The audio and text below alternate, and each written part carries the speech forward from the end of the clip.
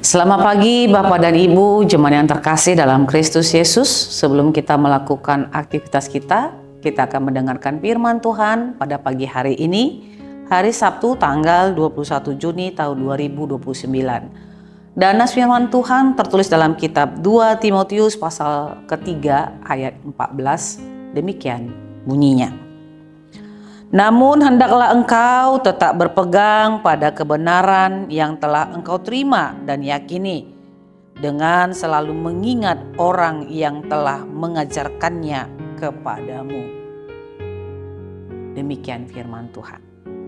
Saudara-saudara yang terkasih dalam Kristus Yesus, keteladanan sangat penting sekali kita nyatakan, kita tunjukkan, kita lakukan bagi anak-anak kita, bagi orang-orang yang ada sekeliling kita.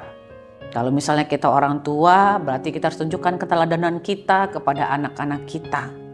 Kalau kita sebagai seorang pemimpin di tengah-tengah perusahaan ataupun pekerjaan yang Tuhan Allah berikan kepada kita, maka pun kita harus menunjukkan keteladanan yang baik kepada mereka, sehingga mereka boleh meniru dan meneladani apa yang telah kita kerjakan dan kita lakukan. Demikianlah Paulus memberikan teladan iman yang ditujukannya kepada anak rohaninya Timotius. Dan warisan yang diberikan oleh Paulus kepada Timotius adalah keteladanan imannya mempercayai Tuhan Yesus Kristus sebagai juru selamatnya. Paulus dalam nas ini mengatakan bahwa sebagai orang yang percaya yang telah menerima Kristus Yesus sebagai Tuhan dan Juru Selamat, pasti akan mengalami penderitaan. Dia mengatakan, engkau telah ikut menderita penganiayaan dan sengsara seperti orang yang telah kuderita di Antiokhia, di Ikonium dan di Listra. Semua penganiayaan itu kuderita, dan Tuhan telah melepaskan aku dari semuanya.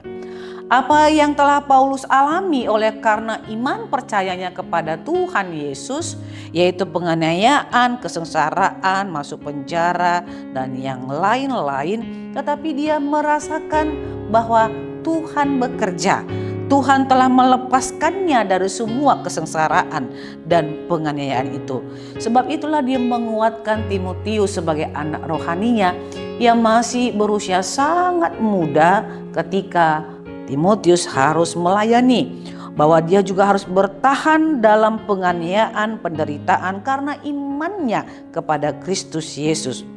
Walaupun ataupun sekalipun penjahat semakin banyak di tengah-tengah dunia ini, semakin banyak kegiatan yang melakukan dosa semakin merebak di tengah-tengah dunia ini, tetapi firman Tuhan ini mau mengatakan kepada kita, orang percaya itu harus tetap berpegang kepada pengajaran kebenaran firman Tuhan Allah. Hidupnya harus tetap mewariskan keteladanan iman yang sungguh-sungguh. Dan iman itu bertumbuh dalam penganiayaan oleh karena kebenaran firman Tuhan yang kita percayai. Saudara-saudara yang terkasih dalam Kristus Yesus, tidak mudah menjadi pengikut Kristus, menjadi orang yang percaya. Karena firman Tuhan juga berkata bahwa sebagai orang percaya kita harus memikul salib kita setiap hari, menyangkal diri. Tetapi biarlah ketika kita menjadi orang yang beriman, orang yang percaya kepada Allah, maka kita harus sampai kepada tujuan akhir hidup kita, hidup yang kekal. Dan untuk itulah kita harus mewarisi teladan yang baik kepada generasi muda, anak-anak kita, baik melalui perkataan dan perbuatan. Sebab Paulus ataupun kebenaran firman Tuhan ini berkata, namun hendaklah engkau tetap berpegang pada kebenaran yang telah kau terima dan yakini. Kita harus tetap berpegang pada kebenaran firman Tuhan yang telah kita yakini mulai kita berada dalam rahim ibu kita. Sekolah minggu, remaja, lepas CD, sampai kita menjadi orang tua dan menjadi opung. Dengan selalu mengingat orang-orang yang telah mengajarkannya kepadamu.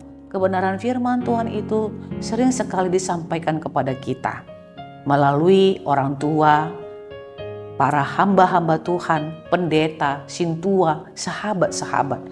Siapa yang telah menyampaikan dan mengajarkannya kepada kita, maka kita pun harus mengingat setiap perbuatan, kabar baik, kabar sukacita yang telah disampaikannya kepada kita.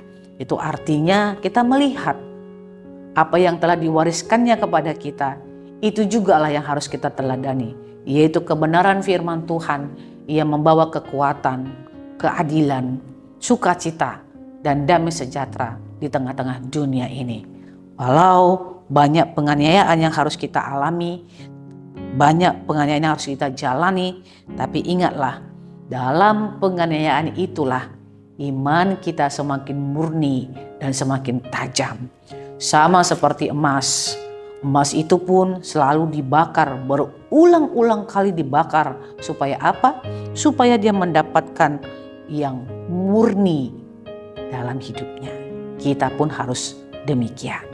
Selamat beraktivitas, Tuhan Yesus memberkati kita semuanya.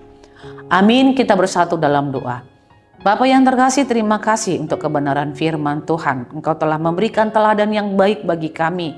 Ada kasih dan sukacita, ada damai sejahtera yang telah Engkau wujudkan Tuhan, dan Kau berikan kepada kami untuk kami boleh teladani melalui kebenaran firman Tuhan yang telah disampaikan kepada kami, baik melalui orang tua, hamba-hamba Tuhan, para pendeta, sintua, dan yang lain-lain.